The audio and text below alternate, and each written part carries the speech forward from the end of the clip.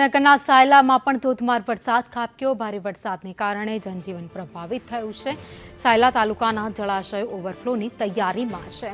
થોરિયાળી અને સુખપાદર ડેમમાં પુષ્કળ પાણીની આવક થઈ છે। નીચાણવાળા ગામોને તંત્રએ એલર્ટ કરી દીધા છે, તો 6 ઇંચ વરસાદથી જળબંબાકારની સ્થિતિ સર્જાઈ છે। સાયલામાં અવિરત વરસાદ અને ત્યારબાદ નદી નાળાઓ છલકાઈ ગયા છે। વધુ અપડેટ સાથે સંવાદદાતા અલ્પેશ અમારી સાથે જોડાયા છે। અલ્પેશ, સાયલામાં ધોધમાર વરસાદ। જી ભાવિની જણાવી દઉં કે સાયલામાં સવારથી ધોધમાર વરસાદ શરૂ થતા નીચાણવાળા વિસ્તારોમાં પાણી ભરાયા છે। સાથે સાથે ખેતરો તેમજ નીચાણના જે ગામો છે તે બધાય ગામો અત્યારે એમ કહેવાય કે પાણીથી તરબતર થઈ ગયા છે।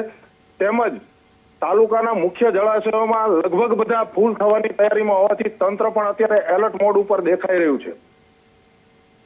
આભાર માહિતી માટે।